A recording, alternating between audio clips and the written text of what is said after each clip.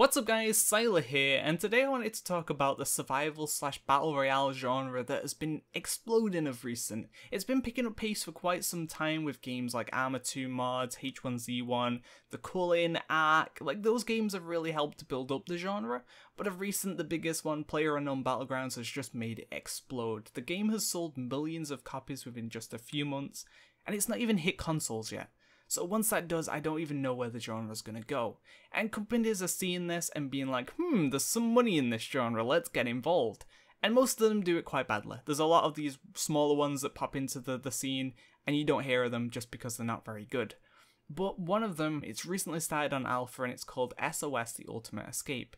And I think it has a pretty good chance of being an extremely popular game in the genre. Similar to the likes of PlayerUnknown Battlegrounds and the Culling, you're thrown onto an island and you're expected to run around and gather loot, collect guns and medicine and all those kinds of things, and then eventually use those to defeat your opponents and claim victory. But unlike those games, it has its own unique twists. For example, the game is based around like a TV show. You're a contestant with 15 other contestants, 16 total. And you get a few seconds in the limelight before the game begins to kind of introduce yourself and get the viewer's attention, be it funny or be it serious. It's up to you how you want to present yourself. You have to kind of build your own personality in a sense on this TV show. And then you're dropped in, and once you're dropped in, you'll have these little kind of emojis on the bottom of your screen. Now, it sounds kind of weird, but it's the way for the viewers to interact. They'll be able to throw in happy faces if they're excited about what's going on, or if it's a bit boring, if you've not really come across anyone, or you just sat in a corner, they could do sleepy faces, and it just gives more of like that TV show, like someone's actually watching you, which is quite cool. So they also have a system that makes you want to team up with people.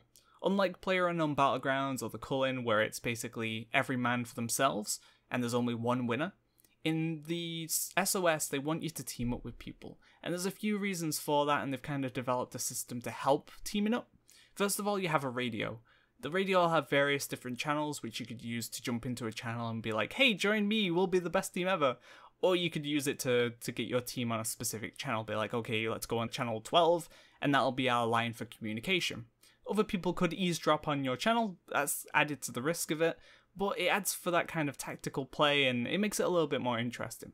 You can also jump in and give someone a high five, and if they give you a high five back, they'll join your team, and then you'll be able to work together a lot easier. So as I said, working together is quite useful in this game, unlike the likes of PlayerUnknown, where it's last man standing. In this game, 3 people can survive, 3 people can win. It isn't just one winner.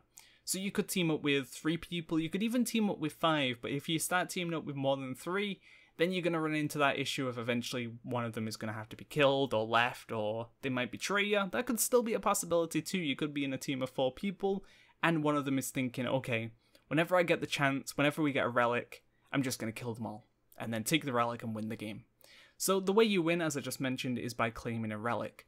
These relics are around the island, but the only way you can get them is from these kind of monster-looking monkey men, and those are quite difficult to defeat, so that is another purpose of teaming up. If you team up with people, you're going to have a much easier time of defeating these like weird monsters.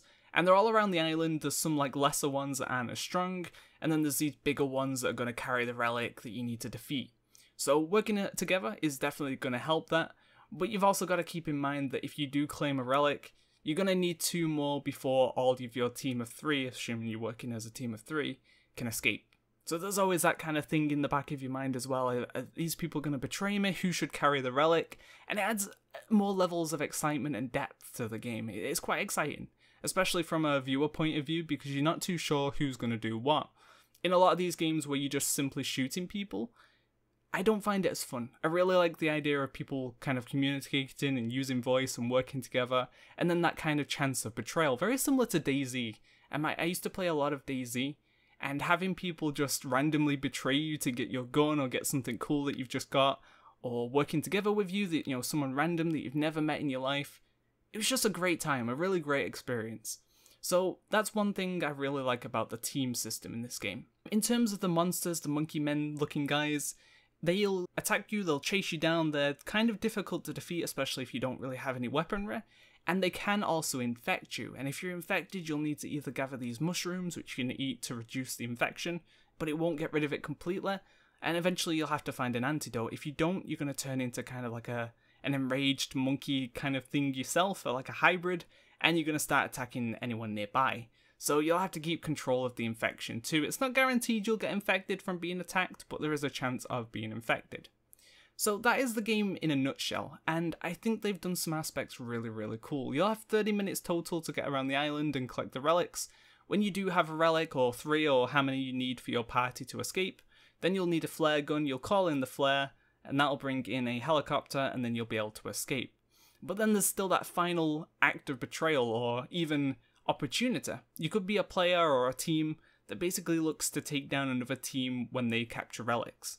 Because when you put up the flare, there'll be red smoke, and there'll be alerts on the island saying, hey, we're coming in, head to the red flare, and a team could be waiting there to ambush you and take your relic and leave. Or as I said, one of your teammates could betray you, kill you all, take the relic, and leave themselves. So there's quite a lot of option and interesting kind of twists that could happen in each game, and I think that'll really help to keep it fresh. So definitely keep an eye on it. You can sign up for Alpha now, but good luck getting a key, as the queue for Alpha is going to be quite big. If you signed up a week or two ago, you would have had quite a good chance, but now the Alpha has actually started, that chance has dipped quite a bit. Hopefully this video has helped you get excited for SOS, and look out for more videos coming soon. Thanks for watching, guys. See ya. Also, a thanks to my buddy Hybrid Panda for allowing me to use the footage that you see in the background. He covers quite a lot of these survival based games and already has some SOS on his channel, so if you're interested in seeing more from the game, go check him out. There'll be a link in the description below.